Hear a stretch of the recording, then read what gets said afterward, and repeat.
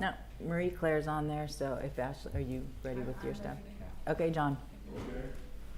We'll call the meeting to order. Call the meeting to order and have roll call, please. Marie Claire Gorham.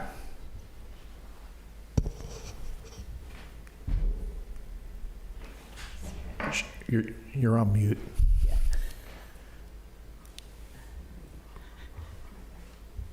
Marie Claire Gorham. Can you hear me now? Yes, can hear you now, thank you. John Krischer. Here. Susan Murphy. Here.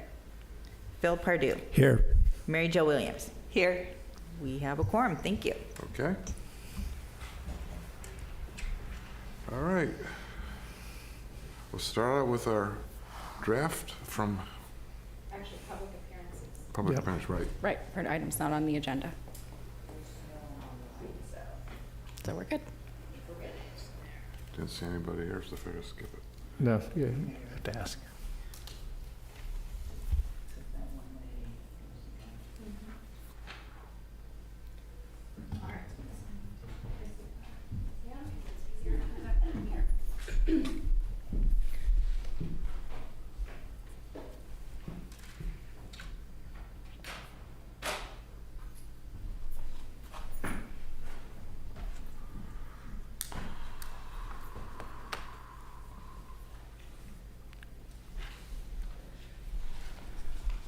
All right, so good morning, everybody.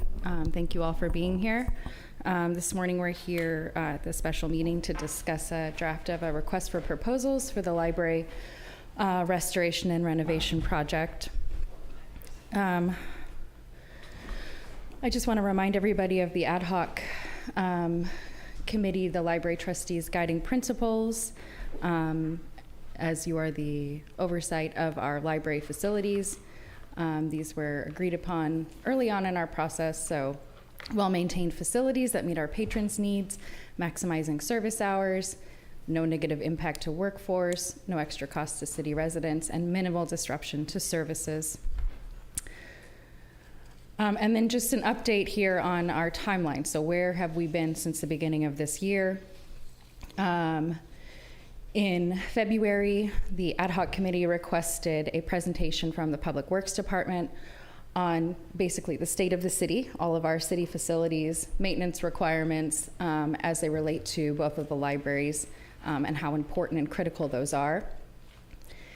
And this was done, and then the City Council, March 5th, as part of the capital improvement plan, it was requested that a placeholder that was in there with funds attached be carried over into the new fiscal year for the next phases of the master plan. And at that time, the City Council requested an update on the phase 1 of the master plan for about the library facilities. In light of the February 28th request and then also the March 5th request from Council, staff from the library and Public Works presented to this board at a public meeting to talk about the library's current maintenance requirements, as well as a high-level overview of the Master Plan Phase 1 report. The council received that same report at the April 2nd regular meeting, and at that time directed staff to solicit input from members of the public about what they saw or were thinking about for the future of the library to help inform a request for proposals process for architect services for the restoration and renovation of the Harrison Memorial Library. There were 2 workshops scheduled. One was May 16th, one was May 23rd. There were no members of the public present at May 16th meeting, and that meeting was subsequently canceled. At the Thursday, May 23rd meeting, there were 7 members of the public present, in addition to members of this board and members of the Carmel Public Library Foundation Board. Staff has been working on incorporating what we heard there, along with input from the Carmel Public Library Foundation into a request for proposals, which I will make note is a technical document that the city issues on the regular for many different services throughout the year. As I was working on this request for proposals, and after we, did the workshop and input received from the Carmel Public Library Foundation, to me it is evident that in order for this project to be successful, there needs to be a balance between, community input and their support of the project, the historic preservation needs of our building. It is a Maybeck facility built by M.J. Murphy, and then critical infrastructure system upgrades such as seismic, electric, plumbing, ADA, which aren't as much fun, they're behind the walls, but are very important. So these are kind of the three pillars of what we're looking for from an architect. And to that end, I included some language in the RFP that I think is really important, and it's important for whoever submits a proposal to realize, to understand the importance of in this community in particular. So what we heard during the workshop overall is that we had somebody, of course, sitting next to me that said they don't like change, straight up. I don't like change. And so and this person also understood that things do change. So how do we do thoughtful change? Library users like our cozy traditional library atmosphere with books and comfy seating and our programs, and the kind of hub role that our library plays in our community. And so the architectural firm is going to need to balance those three needs very delicately. Our historic preservation needs, while ensuring that critical upgrades are made and that changes happen gently and thoughtfully with community input and meet community expectations for our library going forward. And again, this is going to be critical when we're looking to find an architect, because all three of those factors are equally important.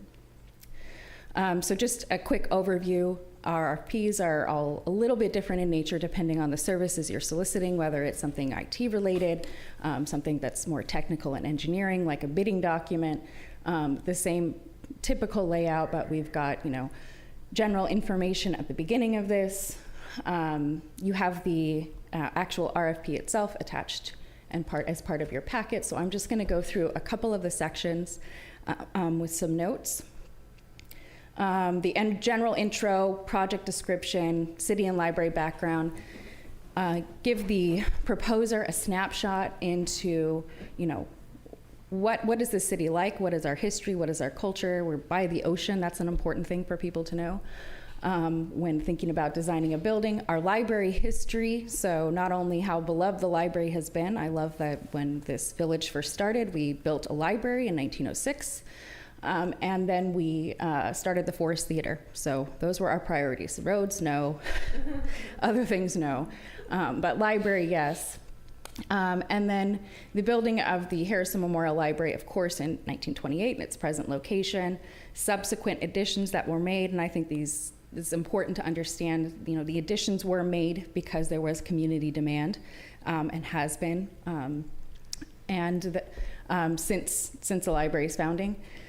And then some subsequent renovations in the 1970s that included seismic upgrades, no actual additions during that time, just infrastructure work.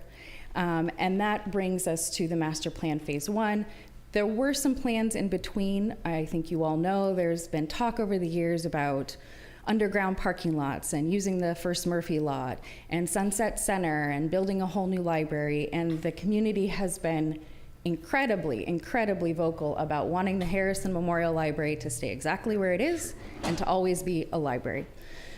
So here we are with the master plan phase 1 that was completed by Jason Architects in June and July of last year. The qualifications, so we're looking for somebody that's, understands the laws in the state of California. We are a unique state. We are earthquake prone. We want somebody who understands our locality, not just within the state, but somebody who has an idea of the uniqueness of the Central Coast. And of course, building codes, experience with conservation, historic preservation, sustainability. That is going to be critical with the Harrison Library, especially since we have people that don't want to see change. So, but we want to maintain our facility well into the future. Experience with design and construction for public buildings is important. The public process is a different process than when you're renovating your house or when you're working on your company's building. There are laws that we as a local government need to follow that are both local and state laws, and it's important for people working on a project of this nature to understand that. Let's move on to, and again, you have all of this in your packet. Scope of services, so seeing us through a project of this nature, having the skill set all the way through to the end of construction and completion of this project. So it's project management. We need design development. That's going to be critical. So much community outreach will be done during that time, in partnership with the Carmel Public Library Foundation and the architect to go through that design development process and to work through conceptual design refinement until we even get to bidding and bid packages and bidding services and into construction. So we need somebody that's going to be experienced in these areas, that has a great, strong team behind them of consultants and experts that can meet those needs.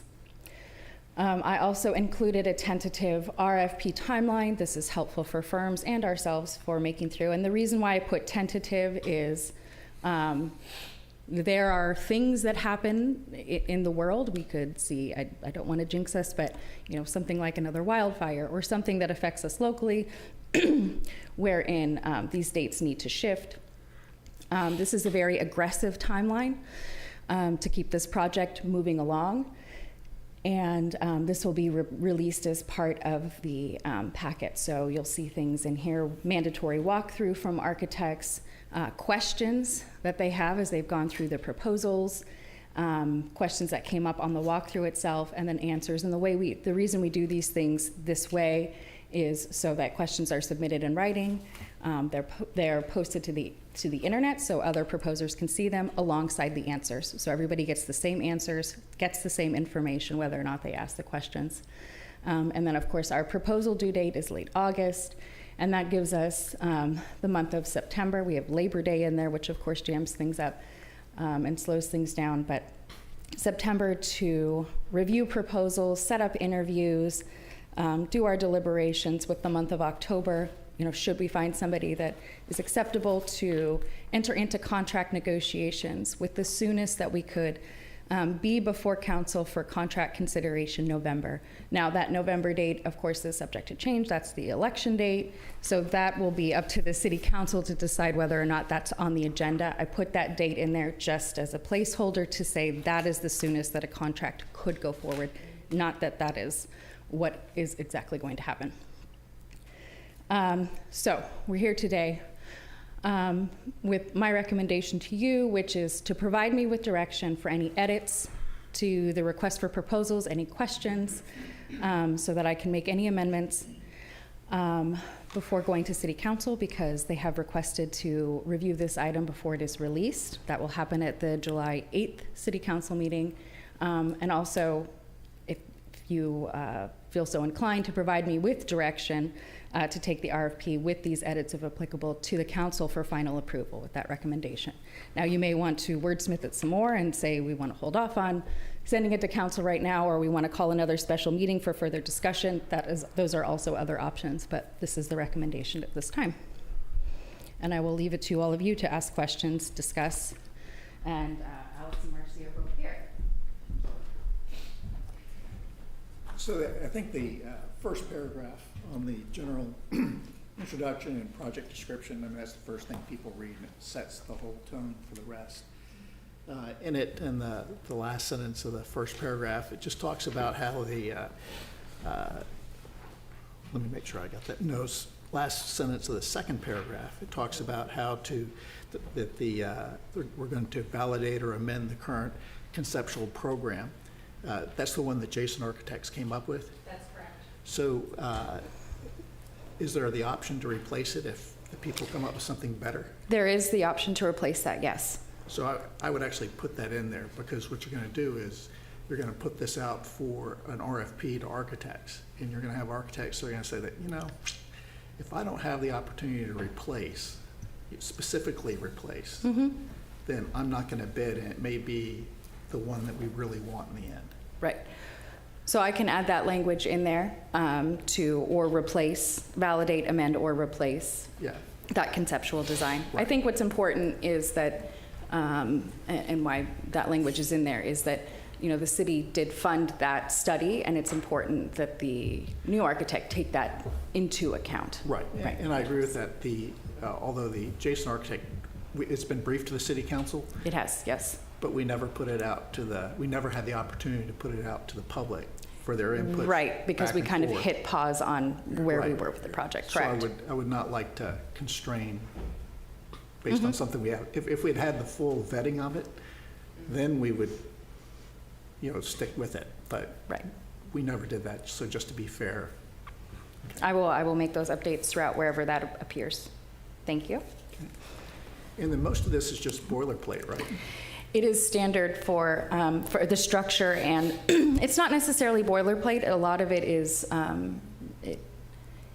I reviewed so many different libraries, specific libraries, requests for proposals for different kinds of library renovation projects, whether they're historic buildings, whether they were doing ground-up buildings. So it is boilerplate, but also pulling things from those various RFPs that are applicable to our project and our community, and working with the Public Works Director for that. But yes, a lot of it is standard, some of our city's standard language that we use throughout requests for proposals. So the reason I was just asking that question is so for the purposes of the Board of Trustees for today, not to discuss things that the lawyers say have to be there anyway. Right. It's to discuss the things that are going to actually guide the architect, because anything we put in the RFP is going to start tipping the architect to go look in different areas. Potentially, And yes. so those are the ones that we want to focus on. So which parts of this RFP are the ones that we should be focusing on? That's all I'm really asking. Right. So we can- Right. So thank you. So, so anything that you see that is bulleted, that's going to be standard language that I either pulled from our RFPs that's more technical in language, or from other RFPs. So you'll see that under scope of services when we really get into each of the things and the deliverables and those types of things. The City of Carmel and library section, anytime you see a bigger paragraph, those are things that I was pulling together from what I know of our town, our village, from what the Carmel Public Library Foundation submitted, and trying to blend those in. Does that help? And I just have one final question, and I'll turn it over. The last one is that we have the principles that the Board of Trustees, and Right. we said minimal disruption, but anytime you do a building, it's going to be a major disruption. Right. So it's really, we're trying to minimize as it goes through. And is there anywhere in this RFP where it talks about minimizing, options to minimize this disruption to, so that the architect would have the option to, well, we're going to close down the building all for one time, or Right. We're going to have an option to do it in phases, because we don't have a place to move it to yet, Right. the library, if it gets closed down, and we don't know if the public is going to be willing to, the difference between approval may be shutting it down for 12 months versus doing it in increments, and they like the increments and not the 12 months, and we don't know. So how does that get articulated to the architect in his plans so that he doesn't go down, we don't spend, Right. or a lot of money is not spent on something that has to be, so if you come up with a plan. No, I understand what you mean, Phil. Yes, that language can be incorporated in, and should be discussed with the architect as we go along, and what the cost implications would be for a longer-term project, and how we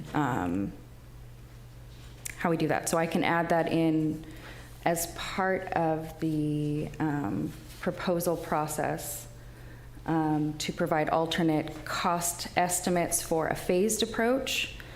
And I think that with the phased approach, that becomes more complicated in terms of timeline. So a phased approach over a how many year period?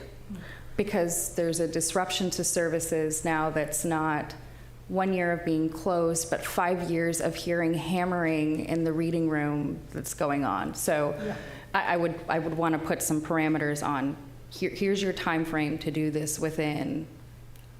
Right, but I think it would behoove us to have that, It would, yes. to understand what the implications of that would be, so that we can answer the public's question, because Wouldn't it be, if there's no place to move it to, that is gonna Right. really, right. you know, our options are, if there's no place there, what do we do? Right, so this I gives don't us a think- backup You option know, Right. in the event that even if our preference would be to do it all in one shebang, that if we cannot find an alternate location, we have a backup plan presented by the architect that says this is what a phased approach would cost and how long it would take. Yes?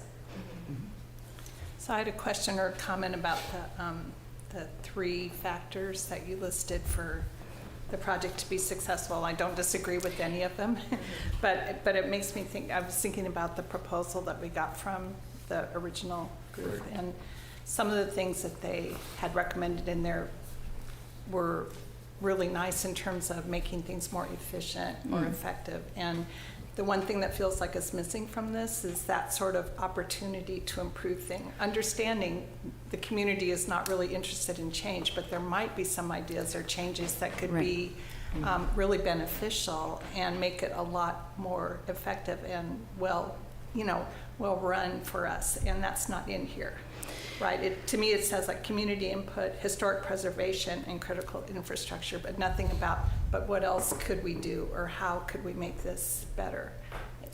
Does that make sense? It feels like, Right. we're really focusing on status quo, and I don't think that's wrong, but this is also a great opportunity to look at how things could be, within the framework, be even better, so. I'd like Right. to hear their ideas or thoughts about that, even if we didn't go for them. To have the architects be thinking in those terms. Of Makes sense. increasing and improving library efficiencies? Just what would make this library run better? I worry, I guess, that there would be so much focus on not changing anything that it's a missed opportunity for some creativity. Right. If that makes sense. So the argument isn't to change anything, it's to acknowledge, and it's not an argument, it's to acknowledge that change is difficult so that Right. the community, when we do community outreach, that time, that communication with the community and the continual design refinement and those types of meetings are going to be really important, because things are going to change. Right. They will change. They have changed. They changed during the pandemic when we put the gathering place in. But those were slow kind of changes that we did over time. So change will come. It's how we do it, and how it serves us, rather than change for change's sake, I guess. Right. I'd like to see something around innovation or something that's a little more just interesting to think about. How could it be within the Right. framework? So, and I think If you I'm don't saying see it that in there correctly. now. I don't see it in there at And that all, was so. the concern about if you narrow that Right. too much in the beginning, then you miss opportunities. I mean, there are things that can be discussed between the foundation and the trustees and the community and others where they say, there's too much change. But you'd rather have I'd rather Yeah, have no. some ideas, like. The recommendation come to the table. These guys are experts. My mic off. I think we're looking to experts in Right. libraries and preservation and all those things, but what's possible? What could we see? And I think we've talked a lot in other contexts about, what do we want to see this library look like in the future? Is this still going to have books? And we've had those conversations, so not that I wanted them to come up with something with no books, don't misunderstand me, but just what could it be? This is a big opportunity, so just something in there about that. I will incorporate language in there about that. I have 3 questions, none of which are related. The first one is, what happens if we don't get any bids at all? And I know John said that we will get bids, but what happens if? If we go through this whole process and nobody submits a proposal, then we have a do-over, and we keep doing it over again until we get a proposal, or until we could also get proposals and reject all of them because either they don't meet the basic criteria of what we've laid forth here and they're not responsive, or they're just not the right fit for our community and our library, in which case we simply do it over again and cast the net out until we're satisfied with the result. Things could also break down in negotiations. That's happened before where we've had to, could not come to terms on our legal agreements, and we've had to start over again. So those are all possibilities. Okay, And it's thank just starting over again. The second one, I think, was answered with Phil's thing, is how long would the library be closed if we do this? And it would vary depending on how we do it. Depending on which path, Yeah. yes. And the third one, which is, as I say, none of these are related, did you need us for the walkthrough, if we do a walkthrough? Or that's a ways off? That'd be a ways off, and that would be something that would be led by myself and the Public Works Director. Okay. And probably our Building Maintenance Supervisor, Cleve Waters, because he knows every nook and cranny of the Harrison Memorial Library and can answer all of those technical questions that people who are coming to look at our building typically have. So it looks like the walkthrough is 23 July. Yes. Which is Is coming that- up pretty soon. Is That's that when- close for somebody to, because they're not gonna get approval to the 10th, you're talking 13 days. It's not very much time for an architect who, Yeah, this because I know was, they say want to go nationwide. Well, Right. that's really a very tight schedule. Oh, I think it should 23rd. be it at is a least tight, it is, 2 weeks. it is a tight schedule. 3 weeks. So again, that's why this schedule at this point is tentative. The one thing that happens when we push it out further is that Labor Day week is a short week. I anticipate that people will be on vacation before and after. So scheduling the meetings to start to review the RFPs, to set up interviews is going to take longer. I can bump things out by a week or two, but it just extends our timeline further into the fall and potentially into the new year. So that's what it does. You have car show week too, which, Right, that puts everybody out of commission, and I tried not, as you can see, there's nothing scheduled during car week. Does the foundation have an opinion if the 23rd is too quick or not? Talking to folks. I'll let the foundation speak to that. I was trying to be responsive to the foundation in terms of keeping this process moving along at a very quick clip. And so that's why the timeline is structured the way it is. Right. But does that timeline work for the foundation, for the, if you needed, for the mandatory walkthrough 23 July? Okay. That's fine. all right, that stays Yep. okay with there. Major, I like your idea of innovate, but that's really community's gonna decide that, because we can figure what they're gonna accept. We start having outreach.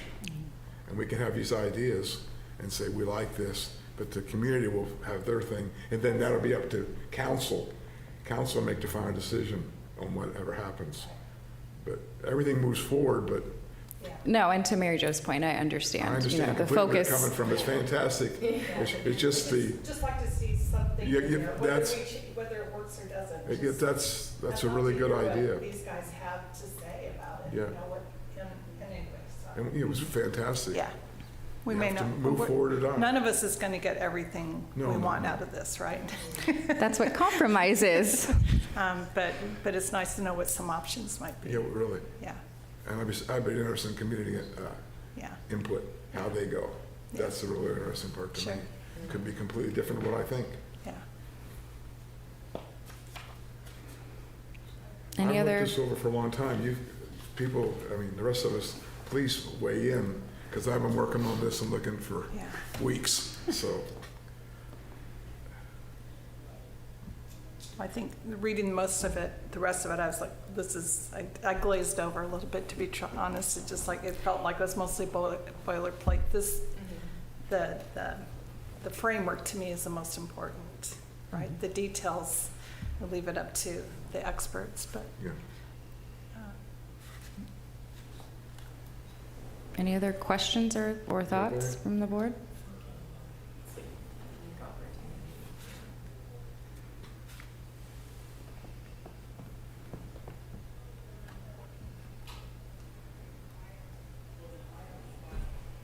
So it seems like everybody is okay with what is on here and going forward. With the couple of changes. There's a couple of changes, we came up with the changes Yeah. for changes and for the same as the changes you want. Okay, I think I've got good direction from all of you. Do you want to open it up to the foundation since there are members of the public here? If there's any comments? And otherwise, I'll go back and, if you, yes, that way you can be heard on the microphone.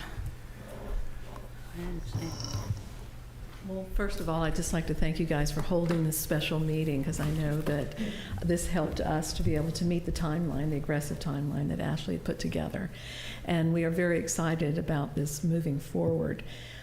We had been working with Ashley, and we did make some recommendations on some content about more of the history of the building because of how important it is to the city and the community, which was not included. But we are looking forward to this moving forward into the City Council for their vote. Thank you. Thank you. Thank you, Marcy. Yes, I just would like to iterate, we are very grateful for your review of the RFP.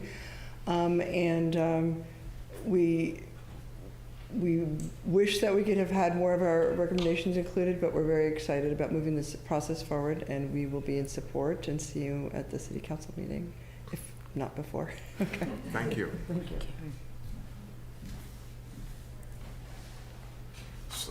So we have a motion that we move it forward and present it to council?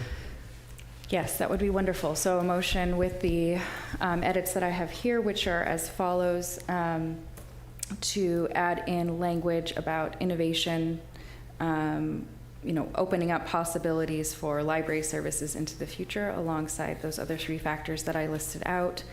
The cost option for a phased approach, and that'll probably be represented in multiple areas in terms of the scope of services, but also the cost proposal section that comes later in the report, so that we have those two things going hand in hand. And I think that's what I've got. Yes?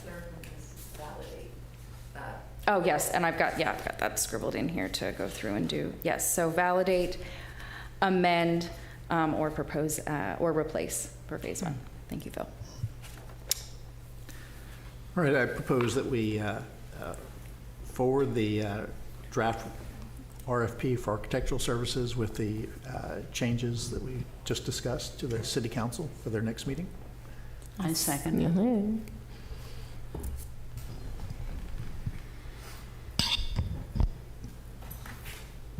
Marie Claire Gorham. Yes. Susan Murphy. Yes. Phil Pardue. Yes. Mary Jo Williams. Yes. John Krischer. Yes. Passed. Thank you.